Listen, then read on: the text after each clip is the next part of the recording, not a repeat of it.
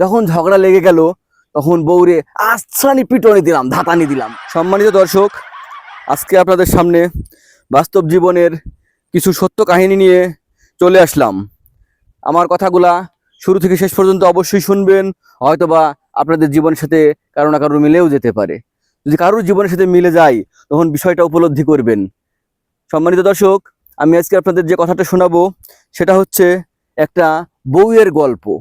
এই বউয়ের গল্প অনেকেই অনেকভাবে নিয়ে নেন, কিন্তু সেই গল্পটা আমি আপনাদের আজ সুন্দর করে শুনিয়ে দেব। সম্মানিত দর্শক, সর্বপ্রথম আমি এটাই বলতে চাই, একদিন আমি আমার বাড়িতে আমার বউয়ের সাথে ঝগড়া করছিলাম।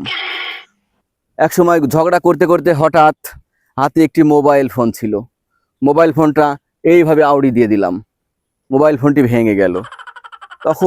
যখন মোবাইল ফোনটি ভেঙে গেল তখন আমার খুব খারাপ লাগলো, কষ্ট হলো অনেক। যখন অনেক কষ্ট হলো তখন রাতে বাসায় গিয়ে বিছনায় শুয়ে পড়লাম না খেয়ে। শুয়ার পরে অনেক গভীর কষ্ট নিয়ে গভীর চিন্তায় মগ্ন হয়ে গেলাম যে একটিমাত্র মোবাইল ফোন তাও ভেঙে ফেললাম, তো আর ঝগড়া করা যাবে না।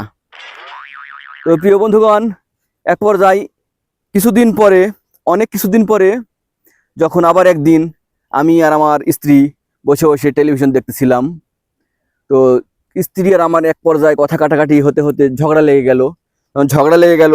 তো হাতে ছিল একটি রিমোট, টেলিভিশনের রিমোট ছিল।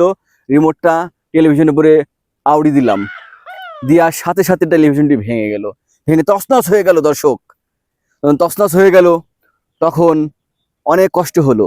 চিন্তা করলাম, না, আর ঝগড়া করা যাবে না।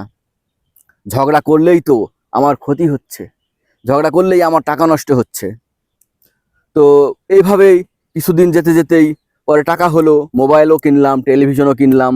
পরে চিন্তা করলাম বউর সাথে ঝগড়া করব না। আর যদিও কখনো ঝগড়া করি, ঝগড়া হয়েও যায়, সেক্ষেত্রে নিজের অর্থে কিনা কোনো জিনিসপত্র ভাঙবো না। কি করব? বউরে পিটনি দেব। তো এক পর্যায়ে বন্ধুগণ, কিছুদিন পর আবার একদিন ঝগড়া লেগে গেল। যখন ঝগড়া লেগে গেল তখন বউরে আশ্রানি পিটনি দিলাম, ধাতানি দিলাম। ধাতানি দেওয়ার পর বউ অজ্ঞান, হসপিটালে নিয়ে গেলাম। দিন শেষে ডাক্তার বিল আনলো ৬,০০০ টাকার। তো যাই হোক, এই ৬,০০০ টাকা বিলও আমারই পরিশোধ করা লাগলো। পরে দিন শেষে সব শেষে কি হলো সম্মানিত দর্শক, সব শেষে অর্থ যা ক্ষয়ক্ষতি সব আমারই হচ্ছে। সুতরাং মেয়ে মানুষের কোনো অর্থ বা ক্ষয়ক্ষতি হচ্ছে না, যার কারণে মেয়েদের সাথে কখনো ঝগড়া করা যাবে না। সম্মানিত দর্শক, আমরা এখান থেকে এটাই বুঝতে পারলাম যে মেয়েদের সাথে কখনো ঝগড়া করব না।